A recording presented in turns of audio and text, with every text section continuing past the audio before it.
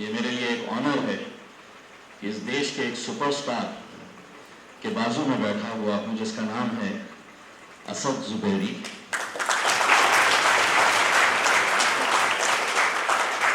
اگر کوئی یہ سمجھ رہا ہے کہ اس ملک کے اندر فلم سٹار سپر سٹار ہوتے ہیں, پولیٹیشین سپر سٹار ہوتے ہیں,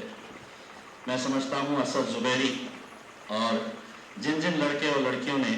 آج اس مقام کو حاصل کیا ہے جس کے بارے میں ہم صرف سوچ سکتے ہیں, صحیح معنوں میں وہ سپر سٹارز ہیں. آپ لوگوں نے ہمارے پولیس کمشنر جناب منوج لوہیا صاحب کی باتیں سنی. انہوں نے آپ کو جس طریقے سے موٹیویٹ کیا, میں نے بیٹھتے ہی ان سے ریکویسٹ کیا کہ آپ الگ الگ سکولز اور الگ الگ کالجز میں جا کر بھی لیکچر دیا کریے گا, کیونکہ آپ کے بولنے کا جو اثر ہوتا ہے وہ بہت زیادہ ہوتا ہے. ایک پولیس کمشنر خود آ کر اگر یہ بتا رہا ہے کہ سماج کے اندر کیا برائی ہے اور اس کو ہم نے کیسے دور کرنا چاہیے تو اس کا اثر بہت زیادہ ہوتا ہے. میں سب سے پہلے تو یہاں پر ہمارے مصطفیٰ فاروقی صاحب, ان کے فرزند منیر فاروقی صاحب, یہاں پر Maulana Azad college lady section کے پرنسپل مخدوم فاروقی صاحب, پولیس آفیسر راہل پاٹل صاحب, ڈاکٹر غفار قادری صاحب, میر ہدایت علی, خضر پٹیل صاحب, شارق نقشبندی صاحب, ڈاکٹر اے قادری جو جن کا سائیکیٹرک کا ایک ہاسپٹل آپ پڑے گاؤں جاتے وقت راستے میں دیکھتے ہوں گے, اور وہ آج کس طرح کے پیشنٹس کو ہینڈل کرتے ہیں, کیسے کیسے نوجوانوں کو وہ ہینڈل کر رہے ہیں اپنے اسپتال کے اندر جو نشے کی لت میں مبتلا ہو گئے ہیں, ان کو کس طریقے سے وہ کاؤنسلنگ کر کے ان کا علاج کر رہے ہیں. ایک بہت ہی میں سمجھتا ہوں کہ ایک سیریس ایشو ہے جس کو اگر ہم سب چاہیں تو یقیناً ختم کر سکتے ہیں. پولیس کمشنر صاحب کہیں نہ کہیں اگر اپنی مٹی سے جڑا ہوا کوئی آفیسر یہاں پر آتا ہے تو اس کی خواہش ہوتی ہے کہ میں میری اس مٹی کے لیے کچھ نہ کچھ کر کے جاؤں. ہم منوج لوہیا صاحب کو اس وقت سے جانتے ہیں جب وہ ACP ہوا کرتے تھے, یہاں پر پہلے بھی سروس کر چکے ہیں, ایک لگاؤ ہے اس شہر کے ساتھ, اور وہ بھی جانتے ہیں کہ یہاں پر کیا تکلیفیں ہیں, کیا پریشانیاں ہیں, کس طرح کا کرائم ہے, کس طرح کا جرم یہاں پر ہے. منوج لوہیا صاحب, آپ کو پتا نہیں ہوگا کہ کچھ سال پہلے جب یہ نشے کا کاروبار بہت ہی دھڑلے سے چل رہا تھا, ایک کیس ہوا تھا جس کے اندر نشہ کرنے والے نے جب مارا تھا ایک لڑکے کو تو اس کے جسم کے حصے کو کاٹا تھا اس نے, اور جس طرح ہم کباب بھون کر کھاتے ہیں اس نے کچرا جمع کیا تھا, ایک لکڑی کے اندر وہ گوشت کو ڈالا تھا اور اس کو بھونا تھا اس نے. تو سوچئے آپ کہ نشہ کرنے کے بعد کس حیوانیت تک وہ پہنچ جاتے ہیں. دو نشہ کرنے والے جب آپس میں گاڑی پہ موٹر سائیکل پہ جا رہے تھے, کچھ جھگڑا ہوا, دونوں نشے کی حالت کے اندر تھے, گاڑی رکائی اور جھگڑا کرنا شروع کیا. ایک نے پتھر اٹھایا اور پتھر اٹھا کر دوسرے کے سر پہ ڈالا. مرنے کے بعد اس کی آنکھیں نکالی اور گوٹیاں کھیل رہا تھا. اب آپ تصور کریے گا کہ جب نشہ کرتا ہے تو اسے یہ پتا نہیں ہے کہ وہ کیا کر رہا ہے, تو یہ خطرہ کسی کے اوپر بھی آ سکتا ہے. اسی لیے آج سب سے بڑی ذمہ داری اگر ہم سب کی ہے تو ہم سب میں یہ عہد کرنا چاہیے کہ میں میری طرف سے یہ کوشش کروں گا کہ میرے محلے میں, میری گلی کے اندر, میرے پڑوس کے اندر اگر کوئی نشے کا کاروبار کر رہا ہے تو فون اٹھائیے بنا ڈر کے, بنا جھجک کے, اور سیدھا CP صاحب کو فون کریے گا اور بتائیے گا کہ یہاں پر نشہ ہو رہا ہے. تب جا کر ہم اس کے اوپر قابو پا سکتے ہیں. مجھے بہت خوشی ہے اس بات کی کہ آج جب اسد زبیری 86 رینک UPSC کے اندر لانا, میں تو صرف سوچ ہی سکتا ہوں کہ آپ کی کیسی محنت رہی ہوگی, کیسا دن رات آپ نے محنت کیے ہوں گے. یہ جو بچیاں جن کی تصویریں یہاں پر ہیں جنہوں نے 670 مارکس حاصل کیے ہیں, میں آپ سب کو سیلیوٹ کرتا ہوں. اگر ہماری سوسائٹی کے ریئل سپر اسٹارز کوئی ہے تو آپ لوگ ہیں۔ حفشہ دربار، مہین شیخ، دونوں نے فرسٹ اٹیمپٹ کے اندر 670 مارکس حاصل کیے ہیں۔ ایک انسپریشن آپ دوسرے اسٹوڈنٹس کے لیے ہے۔ اور کسی نے اگر کوالیفائی نہیں کیا ہے،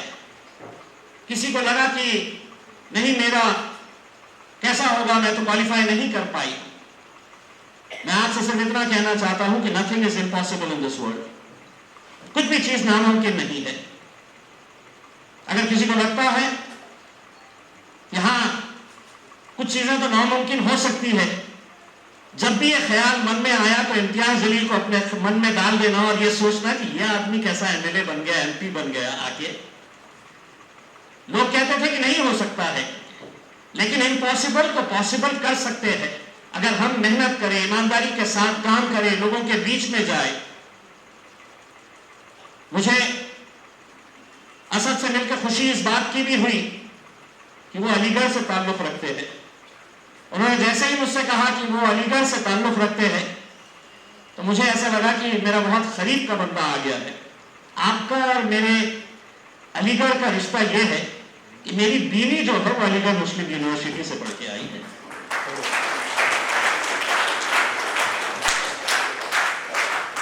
دراصل سی پی صاحب اندر کی بات یہ بتا دوں کہ یہاں کوئی مجھے دے نہیں رہا تھا لڑکیاں، تو علی گڑھ سے جا کے شادی کرنا پڑا مجھے۔ اب وہ بھی ایسا ہوا کہ میں ایک نیشنل لیول ڈیبیٹ کمپٹیشن کے اندر گیا تھا جو کالج میں تھا، تو وہ نیشنل لیول ڈیبیٹ کمپٹیشن کے اندر 33 یونیورسٹیز پارٹیسپیٹ کرنے کے لیے آئی تھی۔ اس میں ہم اس وقت مراٹھواڑہ یونیورسٹی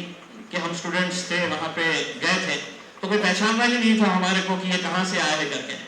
تو ہم بڑے اس سے کہتے تھے کہ ہم اورنگ آباد سے آئے ہیں، تو کوئی پوچھتا تھا ہم سے کہاں پہ ہے یہ، بمبے سے کتنا دور ہے، اچھا پونا کے قریب آتا ہے۔ تو لیکن جب نیکسٹ ڈے ڈیبیٹ کمپٹیشن ہوا، نیشنل لیول کا ڈیبیٹ کمپٹیشن جس کے اندر 74 پارٹیسپینٹس پورے انڈیا بھر سے آئے تھے، ایک ایک یونیورسٹی سے 2 پارٹیسپینٹس تھے، تو اس کمپٹیشن کے اندر امتیاز جلیل جس کے شہر کا، جس کے یونیورسٹی کے بارے میں کوئی پہچانتا نہیں تھا، اس ڈیبیٹ کمپٹیشن کے اندر امتیاز جلیل کو فرسٹ پرائز ملا تھا۔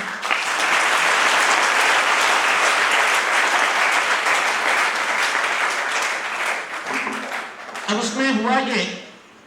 کہ مجھے فرسٹ پرائز تو مل گیا، ٹرافی تو مل گئی، لیکن آڈینس میں سننے کے لیے جو لڑکے اور لڑکیاں آئی تھی، اس میں ایک لڑکی اتنی زیادہ امپریس ہوئی مجھ سے، وہ سمجھی میں بہت ہوشیار ہوں، تو مجھے پرائز کے ساتھ ایک کانسولیشن پرائز بھی ملا، وہ بیوی بن کر میری بات میں ساتھ میں چل کے آئے گی۔ تو ایک میرا صرف کہنے کا مقصد یہ ہے کہ آپ کو اپنی پہچان بنانی پڑے گی۔ ہم کتنے سارے ایسے کیسز دیکھتے ہیں۔ اسد ابھی خود کہہ رہا تھا کہ ان کے والد صاحب جس علی گڑھ مسلم یونیورسٹی کے اندر 30 ایئرز سے زیادہ انہوں نے کام کیے ہیں، ان کے فادر نے اس کالج کے اندر ڈیلی ویج کے حساب سے نوکری کی شروعات کی تھی، ڈیلی ویج کے۔ چاہتا تو اسد بھی یہ کہہ سکتا تھا کہ نہیں بڑا مشکل ہے، میں کیسا پڑھ سکوں گا، لیکن اس کے اندر یہ ضد تھی، یہ جدوجہد تھی اس کی، یہی کہ جالنا کا ہمارا لڑکا ہے انصار شیخ، اس کی والدہ، اس کے والد آٹو رکشہ چلاتے تھے۔ سوچئے اس ماں باپ کے بارے میں کہ جس سڑکوں کے اوپر انصار کے والد آٹو رکشہ چلاتے تھے، آج جب وہ اسی شہر، اسی گاؤں کے اندر آتا ہوگا جہاں پر ایک آفیسر کی حیثیت سے وہ آتا ہے، تو کتنے فخر کی بات ہوتی ہوگی ان کے والدین کے لیے۔ تو اسی لیے میں یہ تمام بچوں سے جو نہیں کوالیفائی ہوئے ہیں ان کو بہت زیادہ ہمت ہارنے کی ضرورت نہیں ہے۔ ٹرائی ٹو یو سکسیڈ کہتے ہیں نا، کرتے رہیے کوشش، انشاءاللہ ضرور راستہ نکلے گا۔ اس میں محنت کریں گے، اگر ہارڈ ورک کریں گے، ڈیٹرمینیشن ہے کہ یس آئی کین ڈو اٹ، میں کسی بھی لحاظ سے میں انفیریئر نہیں ہوں، میں کسی بھی لحاظ سے کمزور نہیں ہوں۔ بہت سارے لوگ آتے ہیں آج، ڈگری بہت اچھی ہے لیکن صرف نوکری نہیں دے رہے ہیں، تو کچھ نہ کچھ ایک دوسرے بہانہ بنا دیتے ہیں کہ نہیں صاحب مجھے میں یہاں سے پڑھا ہوا ہوں مجھے نہیں دے رہے ہیں, کوئی یہ کہتے ہیں کہ نہیں صاحب میں مسلمان ہوں تو مجھے نوکری نہیں مل رہی ہے. بتائیے کون سا ایسا انسٹیٹیوشن ہوگا, کون سی ایسی کمپنی ہوگی, کون سا ایسا بزنس ہوگا جہاں پر اگر کسی کے پاس ٹیلنٹ ہے تو وہ ٹیلنٹڈ آدمی کو irrespective of what caste, creed, color you belong to, کون نہیں چاہے گا اس میں. لیکن جس کو کرنا نہیں ہے وہ 50 بہانے ڈھونڈتا ہے. میری آپ تمام لوگوں سے گزارش ہے کہ محنت کریے گا کہ آج کے اس دور کے اندر جیسا آپ آنکڑے سن رہے تھے کہ پہلے 2% کے قریب میڈیکل کے اندر جایا کرتے تھے, آج وہ پرسنٹیج 8.5 کے قریب ہو چکا ہے. آج UPSC کے اندر کبھی ہم سوچتے نہیں تھے کہ ہمارے IAS, IPS آفیسرز بھی بن سکیں گے کیا, لیکن آپ لوگ اس کو ممکن کر کے دکھا رہے ہیں, اس لیے آپ لوگ مبارکباد کے حقدار ہیں. میں صرف اسکالرس اکیڈمی کے ہمارے منیب صاحب سے یہ درخواست کروں گا کہ جو بچے ایفورٹ کر سکتے ہیں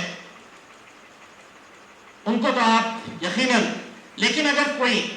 ٹیلنٹڈ بچہ یا بچی ہے جو پڑھنا چاہتی ہے, جو آگے بڑھنا چاہتی ہے لیکن فائنینشیل کنسٹرینٹس ہے, آپ بتائیے, ہم پوری مدد کریں گے, سماج پورا مدد کرے گا ان بچوں کے لیے, ان بچیوں کے لیے. کسی نے یہ نہیں کہنا کہ میرے پاس پیسہ نہیں ہے اس لیے میں پڑھ نہیں سکتی ہوں, میں پڑھ نہیں سکتا ہوں. اگر آپ کا اکیڈمک ریکارڈ اچھا ہے اور اگر کہیں آگے چل کر آپ کو پڑھنا ہے اور اس پڑھائی کے اندر صرف آپ کے فائنینشیل کنسٹرینٹس ہے, آپ پیسہ نہیں دے پا رہے ہیں, آپ فیس نہیں بھر پا رہے ہیں, تو یقیناً ایک ہاتھ نہیں کئی سارے لوگ آپ کو مدد کے لیے دوڑ پڑیں گے اس میں. لیکن وہ کنوکشن, وہ کمٹمنٹ آپ کے اندر ہونا چاہیے. مجھے خوشی ہے کہ آج اس پروگرام کے اندر مصطفیٰ فاروق صاحب نے ہمارے CP صاحب کو بھی بلایا اور یہاں پر اسد زبیری کو بھی یہاں پر بلایا ہے. میں اسد کچھ دن پہلے میں بامبے میں جو UPSC کے پاس آؤٹ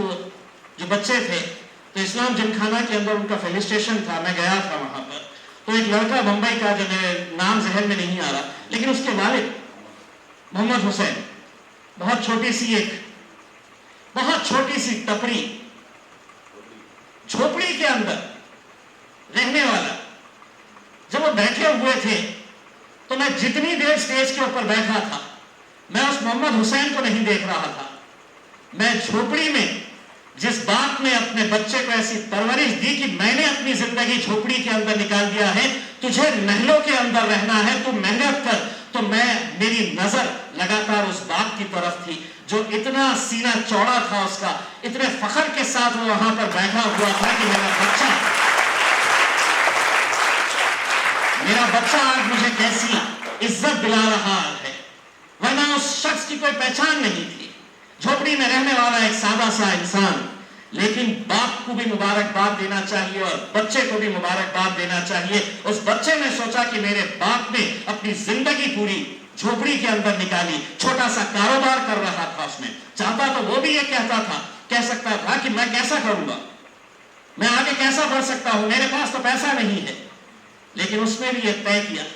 کہ نہیں, یہ زندگی نہیں, میں اپنی زندگی بہتر کروں گا اور اپنی زندگی کے ساتھ اپنے والدین کی بھی زندگی کو بہتر بناؤں گا کر کے. آپ لوگ بھی کر سکتے ہیں, صرف ہمت رکھیے, کنوکشن رکھیے, کمٹمنٹ رکھیے گا, and nothing succeeds like success. Thank you very much.